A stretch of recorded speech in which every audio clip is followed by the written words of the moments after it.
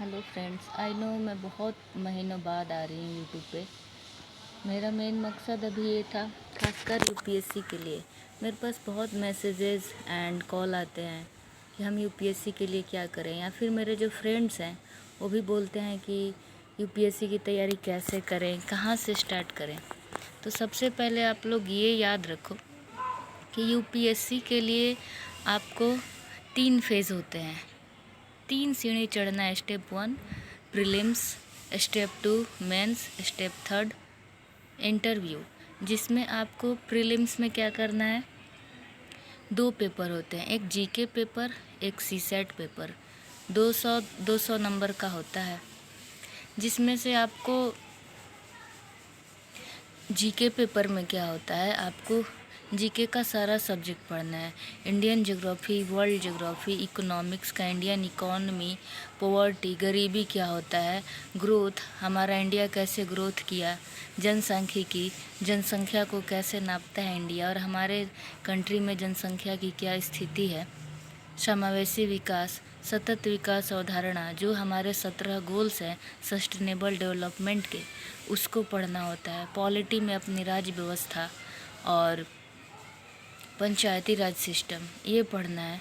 उसमें आपको सारा आर्टिकल्स पढ़ना है। बस आप अगर कंटिन्यू रखते हो ना, कंसिस्टेंसी रखते हो अपनी स्टडी में, तो यू विल, एकदम आप बनोगे और आपने जो सोच रखा है आप वो करोगे। आर्ट एंड कल्चर पूछता है। आर्ट एंड कल्चर में आपको हिस्ट्री में जैसे वैदिक सभ्यता है, गुप्त काल है, मौर्य काल है, ये सब लोग, सतवाहन है, चूल है, राष्ट्रकूट है, विजयनगर वाले अपने हम्पी वाले हैं, ये सब क्या क्या कला किए, क्या क्या बना है, कौन स्तूप कहाँ है, कौन सा आर्किटेक्चर किस शैली में बना है, एक मंदिर है उस मंदिर को क्या कहते हैं, वेदी, उसका गेट को तोरण, उसके चारों तरफ जो हम उसको बोलते हैं परिक्रमण चक्कर जो हम लगाते हैं, ये सारा कुछ इन्वायरमेंट पढ़ना है, किस तरह से हमारा और हमारे पर्यावरण का संबंध है, वो पढ़ना है। आपको करेंट अफेयर्स पढ़ना है। करेंट अफेयर्स में इंडियन, नेशनल, ये सारा कुछ पढ़ना है, नेशनल और इंटरनेशनल दोनों। और करेंट अफेयर्स आपको याद रखना है, 1 साल 8-9 महीने का तो आपको प्रॉपर आना चाहिए। साइंस एंड टेक पढ़ना है, जो न्यूज़ में है, कैसे कैसे क्या क्या मिसाइल्स हैं, क्या क्या साइंस एंड टेक के लिए अपनी इंडिया आगे बढ़ रही है, डिजिटल इंडिया। आपको बायोटेक्नोलॉजी, ऐसी टेक्नोलॉजी जिसमें हम बायोलॉजिकल यूज ज़्यादा कर रहे हैं, हम केमिकल यूज से दूर जा रहे हैं ताकि हमारी इन्वायरमेंट को सेफ रहे। आप याद रखें कि यूपीएससी आपको जब एग्ज़ाम क्लियर कराता है तो आपको डीएम बनाता है, आपको ऐसा आदमी बनाता है जो जिसके अंडर पूरा एक छोटा सा गांव, जिला, पूरे हर चीज़ को आपको ही संभालना है। यूपीएससी में आईएएस बनने के बाद आपकी बहुत सारी रिस्पॉन्सिबिलिटी है। एक ज़िले को अच्छे तरह से चलाना, जितनी भी गवर्नमेंट की योजना है उसको धरातल लेवल पर लाना, पूरे मुख्य धारा तक सारी योजनाओं को इम्प्लीमेंट कराना, एंड यहाँ तक कि जब चुनाव होता है तो उसको निष्पक्ष चुनाव कराना भी, ये भी एक आईएएस अधिकारी का ही काम होता है।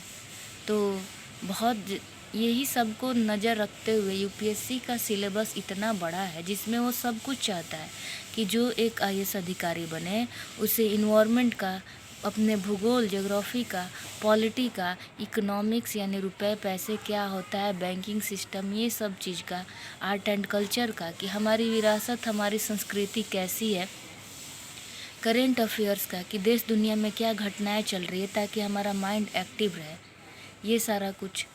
और साइंस से भी कुछ आते हैं, बायोलॉजी से, और 1 या 2 फिजिक्स केमिस्ट्री से क्वेश्चंस आते हैं।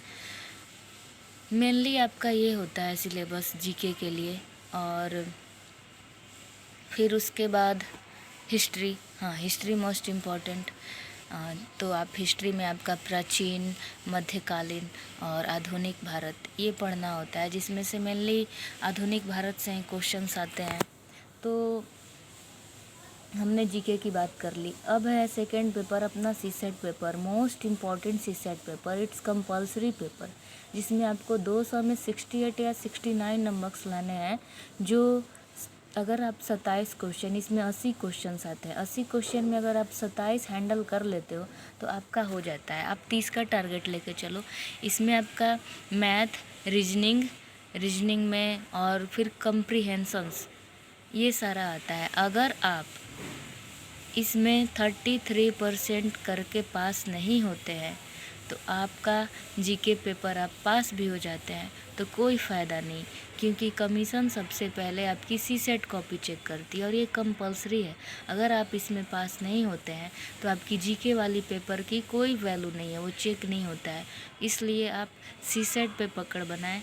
अगर जो स्टार्टिंग कर रहे हैं वो सीसेट पढ़ें, सीसेट के लिए क्या पढ़ना है, कौन सी बुक अच्छी है। मैंने अब सोच लिया है कि मैं यूपीएससी से रिलेटेड सारे डाउट्स जो एक लोगों को होता है, और मैं अनअकैडमी पे आइकॉनिक स्टूडेंट हूँ और मैं अच्छे टीचर्स के साथ अब पढ़ रही हूँ, तो मुझे मेरी जो भी एक्सपीरियंस होगी, मैंने जो सीखा है अब मैं यूट्यूब पे लेके आऊँगी। मैंने सोच लिया है और ये डेली मैं 1 या 2 वीडियो लेके आऊँगी।